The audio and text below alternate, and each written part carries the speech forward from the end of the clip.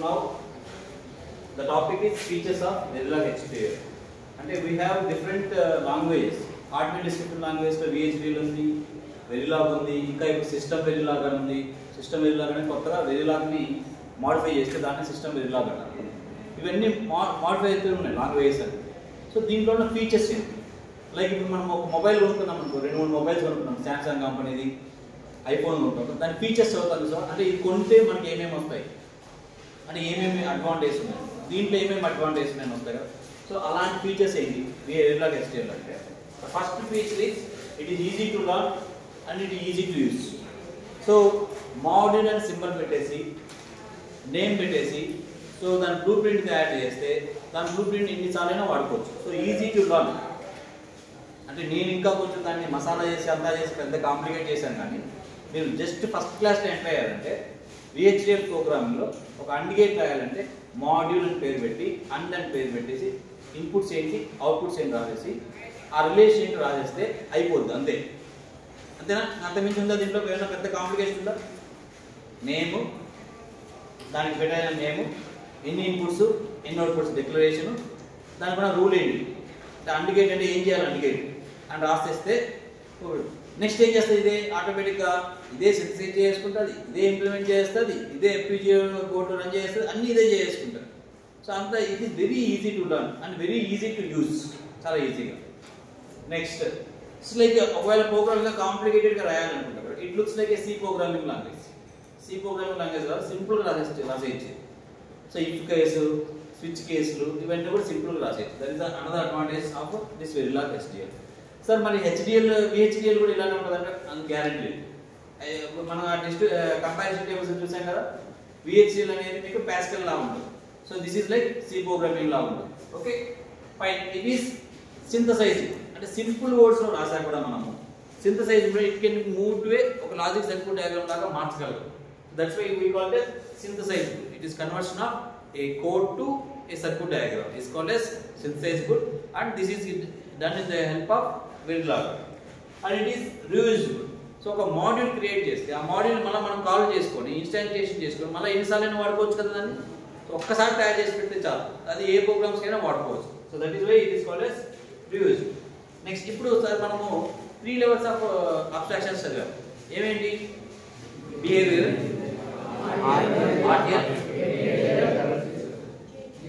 Gate level. So sir ఇప్పుడు కొంచెం gate లెవెల్లో కొంచెం బిహేవియర్ లెవెల్లో రాసుకోవచ్చు అని ప్రోగ్రామ్ Verilogలో ఏదో ఒకటే రాయాలా, Verilogలో ఏదో గేట్ లెవెల్లో రాయాలా, ఆ మిక్సింగ్ చేసి కూడా రాసుకోవచ్చా?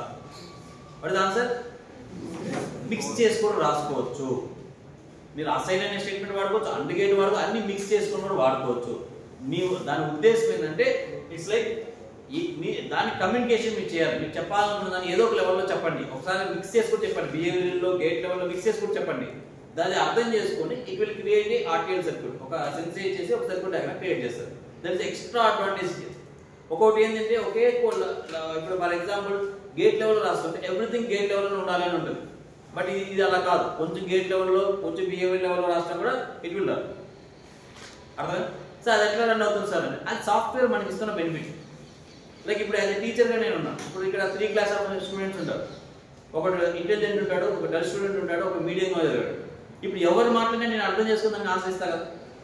ఇప్పుడు హై లెవెల్ సార్ ఇట్లా కాదు కదా సార్, అబ్స్ట్రాక్షన్లో ఇది తప్పు కదా సార్, ఇది XY ప్లస్ అని కాకూడదు కూడా ఓన్లీ టెక్నికల్గా మాట్లాడినా మేము అర్థం చేసుకోవడానికి రిప్లై ఇస్తాను. ఏమి రానోడు సార్ అండికేట్ అంటే మేము 1101 అని చదివాం కదా సార్, దానికి దీనికి సంబంధం ఏంటి సార్, వాడికి ఆన్సర్ చేస్తాను. I'm person single person, but 3 levels of పీపుల్కి ఆన్సర్ చేస్తున్నాం. లైక్ దిస్ ఈ సాఫ్ట్వేర్ అనేది మనకు 3 levels ఆఫ్ పీపుల్కి కూడా ఆన్సర్ చేస్తుంది. ఓకేనా? మిక్స్ చేస్తే కూడా when mixing of programming is done still it is allowing. That is the extra advantage of this Verilog HTML. Fine. Like C ప్రోగ్రామింగ్లో మనకి వేరియబుల్స్ ఎలా ఉంటాయో Verilog ప్రోగ్రామింగ్లో కూడా we have the concept of called as variables. Here variables are 2 types అండి. Variables are 2 types. Okay. First type is called netlist. Netlist. Okay. అంటే circuit diagram లో ఉపయోగపడే variables ని నెట్లిస్ట్ అంటారు. Netlist. Okay. Next concept is called registers. These are all types of variables. types of variables. Only two types are available. There are netlist and register. Is it fine? So what is netlist? అంటే circuit diagram లో వాడేవాటిని netlist అన్నాం. So వాటిలో the example of netlist comes under wires వస్తాయి. Next supply, one supply, zero supply. So ఇలాంటి wires ఇలాంటి వాటిని we call as it comes under netlist. Okay. Next in the among registers, register ని మీరు మళ్ళీ digital transfer registers అనుకోకండి. They digital transfer what is register? It stores 8-bit data. ఇక్కడ అలా కాదు, ఇక్కడ అది కాదు. Registers is types of variables. దీంట్లో ఇక్కడ 4 టైప్స్ ఆఫ్ వేరియబుల్స్ ఉంటాయండి. రిజిస్టర్స్ 4 టైప్స్ ఆఫ్ వేరియబుల్స్ ఉంటాయి. First is reg, again this is the register, reg లాగా. Second is integer, third is real, fourth is time. These are the 4 types of important question కూడా మీకు exam point of view. Registers ఎన్ని types అంటే 4 types. Register, integer, real, time. What is the difference between these? Okay. So what is the actual difference between netlist and registers? Registers are used to store the data. Permanently store చేసుకుంటాయి. Whereas netlist is temporary storage.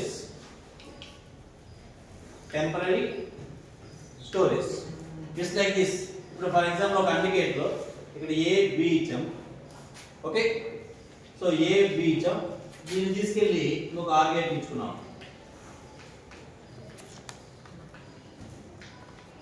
Fine. Now see here. A B లో మీరు 1 0 ఇవ్వాలి కదా. అంటే 1 0 ఇస్తుందంటే 1 ని ఇక్కడ store చేసుకుంటుందా, 0 ని ఇక్కడ స్టోర్ చేసుకుంటుందా? సో వీటిని ఎలా డిక్లేర్ చేయాలి మనం? వీటిని రిజిస్టర్స్ గా డిక్లేర్ చేయాలి. ఇప్పుడు ఈ 1 0 కి ఒక ఇండికేట్ ఇస్తే అవుట్పుట్ ఏమొస్తుంది? 0 0. ఇండికేట్ కి 1 0 ఇస్తే ఏమొస్తుంది? 0 0. ఆ 0 ఇక్కడికి వెళ్ళి మళ్ళీ ఇక్కడ ఇన్పుట్ అవుతుంది. అంటే ఎక్కడ స్టోర్ చేసుకోవాల్సిన అవసరం లేదు. డైరెక్ట్ గా ఇది వెళ్ళి ఇలా డైరెక్ట్ గా ఇక్కడ వచ్చేస్తుంది, రూట్ లాగా వచ్చేస్తుంది. దీన్ని we call it as netlist అంటారు. సో ఇప్పుడు 7 0 వచ్చింది కదా, ఇది ఎక్కడో చోట పెట్టుకోవాలి కదా, మనం పెట్టుకోవాలి కదా. సో దానికి నేను ఇక్కడ దీన్ని వైర్ లో పెట్టుకున్నాను. దిస్ ఇస్ కాల్డ్ వైర్ 1 లో పెట్టుకున్నాను. So I will declare it as wire is equal to W1 అని డిక్లేర్ చేస్తాను. ఒక అవుట్పుట్ మళ్ళీ ఇక్కడ ఎక్కడో ఇన్పుట్ గా పోతూ ఉంటే we call it as wire connection అంటాం. Is it okay? దీనికి దేని డిఫరెన్స్ అన్నా? Here we are storing it. Here it is moving it to here. ఇక్కడ నుంచి ఇక్కడ మూవ్ అవడానికి నీ కోడ్ లో ఇక్కడ నుంచి ఇక్కడ మూవ్ అయిందని చెప్పుకోవడానికి ఎక్కడ చోట కావాలి కదా. That's why we call it as wire 1. అంటే ఇప్పుడు దీనికి రాసేటప్పుడు ఇండికేట్ ఎట్లా రాస్తాం? అండ్ అవుట్పుట్ ఏంటి? వైర్ 1.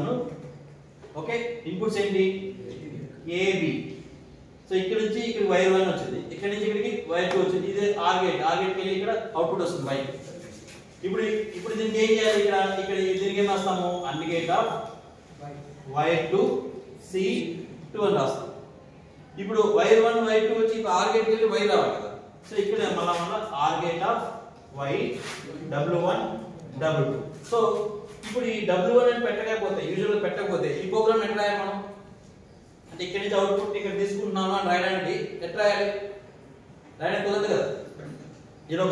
ఏదంటే ఇస్తున్నాం కాబట్టి ఇన్పుట్ ఓవరాల్ ఇక్కడ ఇస్తున్నాం కాబట్టి రాసాం AB ఇస్తున్నాం. AB నుంచి వచ్చిన అవుట్పుట్ ఇక్కడ నుంచి ఇక్కడ రావాలని రాయడానికి మనకి ఈజీగా ఉండడం కోసం ఈ వైర్ అనే కాన్సెప్ట్ తీసుకొచ్చారు. అంటే సర్క్యూట్ డయాగ్రామ్ లో ఇక్కడ నుంచి డేటా ఇక్కడ నుంచి ఇలా రావాలి మీరు మెన్షన్ చేయడానికి నెట్లిస్ట్ వాడుకుంటాం. That's why it is different. Registers are different, netlist are different. Netlist are just for transferring the data. Okay.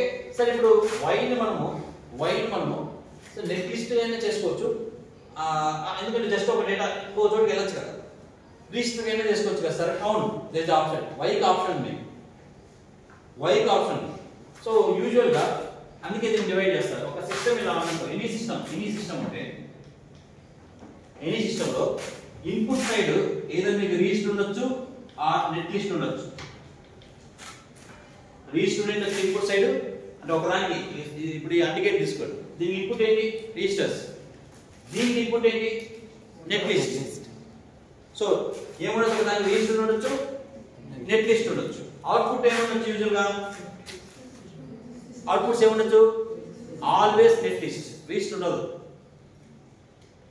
ఈ అవుట్పుట్ అనుకో దీన్ని స్టోర్ చేయాల్సిన అవసరం లేదు కదా మనం తీసుకోవాలి. ఇక్కడ కూడా వచ్చిన అవుట్పుట్ y వచ్చింది కదా, అంటే మనం స్టోర్ చేసుకుంటున్నాం అంటే అర్థం ఏంటి, ఎక్కడో వాడుకుంటున్నాం, అది వాడాల్సిన అవసరం లేదు, just output direct. So outputs are always net list.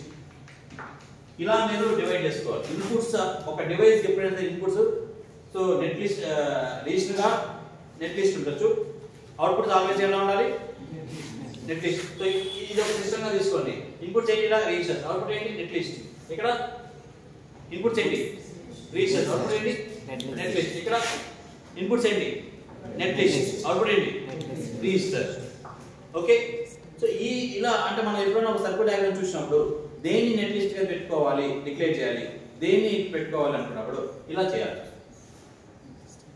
And already this all comes under scalars. Data types 2 types ఉంటాయి, డేటాని 2 టైప్స్ గా చెప్తాను. Okay, so that is okay నేను చెప్తాను first. So we have net list called as okay. So దీనికన్నా అసలు first digital electronics లో అంటే డిజిటల్ ఎలక్ట్రానిక్స్ లో what are the logic values we have available for us? 0 1 అంతేనా. సో లాజికల్ వాల్యూస్ ఏమేమి ఉన్నాయి, చాలా ఇంపార్టెంట్ క్వశ్చన్ ఇది. ఏమేమి ఉన్నాయి? 0 1 అంతేనా. ఓకే, x z ఎవరైనా విన్నారా? x z k మ్యాప్ లో వాడతాం x, కెన్ ఆఫ్ మ్యాప్స్ చేసినప్పుడు x అని ఉంటుంది.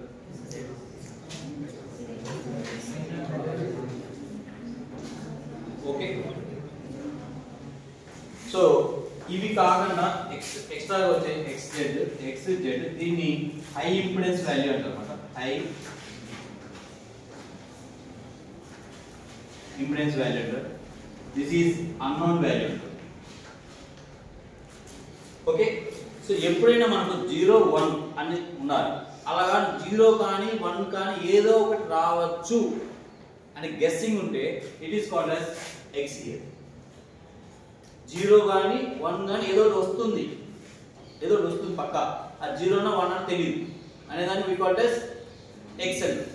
సో మనం ఇప్పుడు అండికేట్ చూడండి, అండికేట్ ప్రోగ్రామ్ రాసినప్పుడు యూజువల్ గా ఇక్కడ a ఇక్కడ b ఇక్కడ a అండ్ b తీసుకోండి. ఇక్కడ ఏమొస్తుంది 0 0 0 0 1 0 1 0 0 1 1 1. ఓకేనా. సో ఇదే నాట్ గేట్ తీసుకోండి.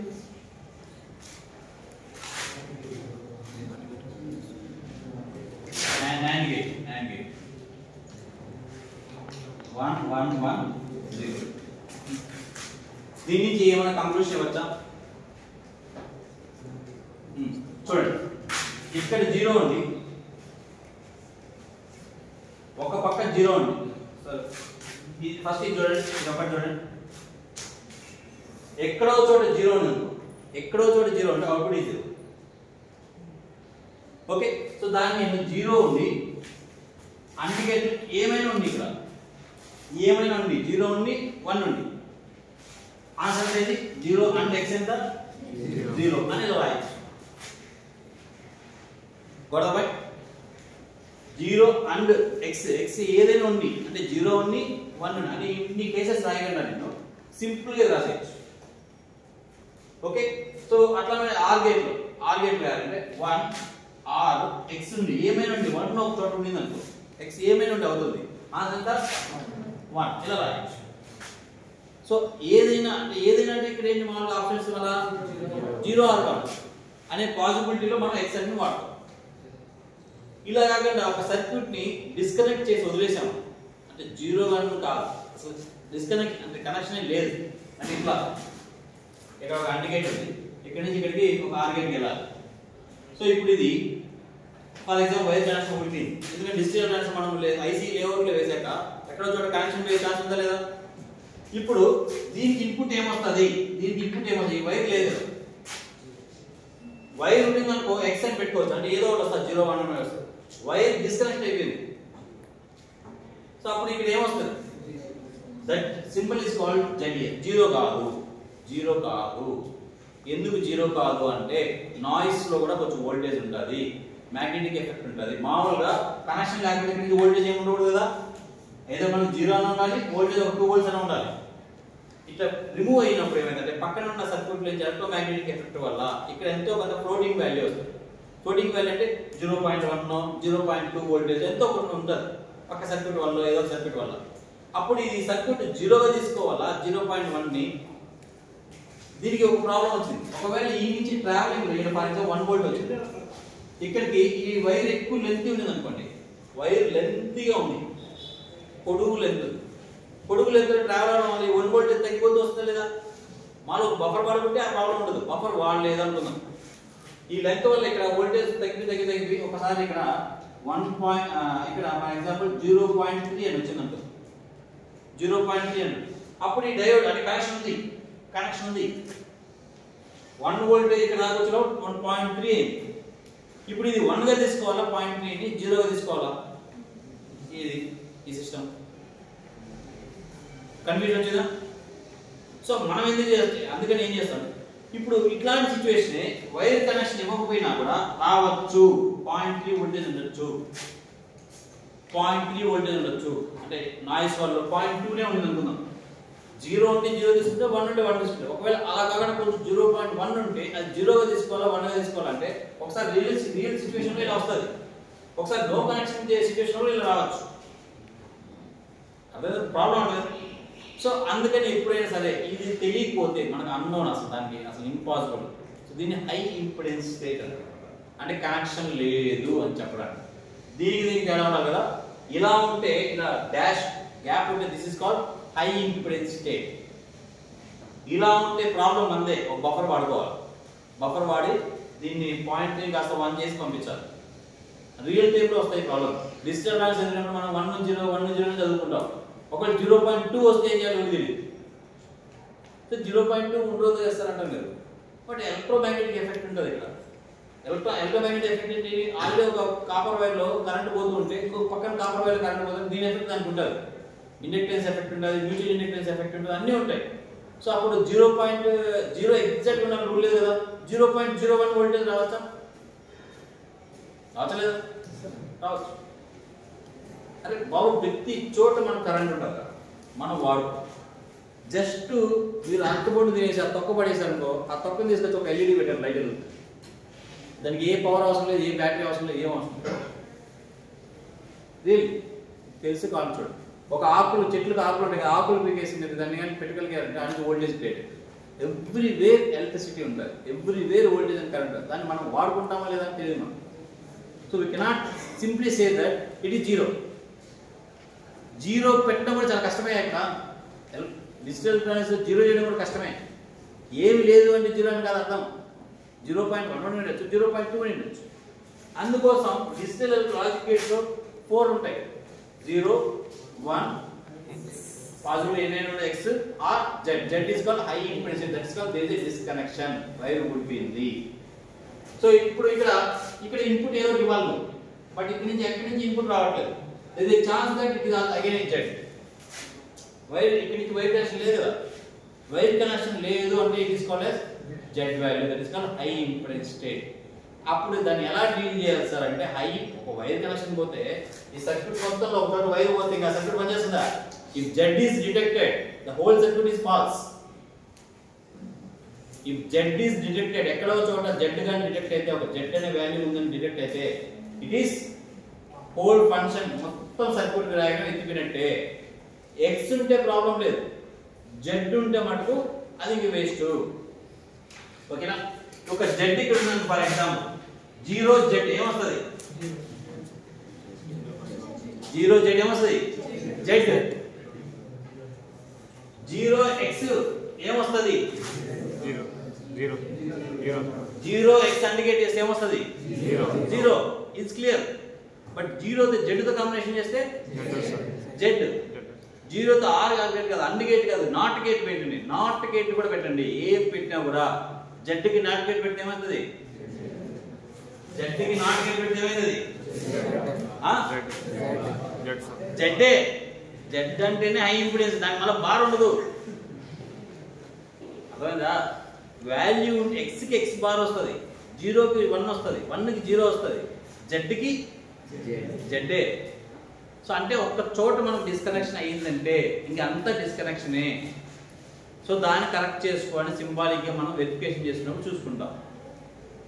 అందుకు డిజిటల్ ఎలక్ట్రానిక్స్ చదివినప్పుడు మీకు జెడ్ అనే కాన్సెప్ట్ ఉండదు. ఇప్పుడు రియల్ టైంలో మనం సర్క్యూట్ డయాగ్రామ్ కనెక్షన్ చేసినప్పుడు ఒక వైర్ కనెక్షన్ లేదు అని చెప్పడానికి మనం సింబాలిక్గా వాడేదాన్ని జెడ్ అని. What the point?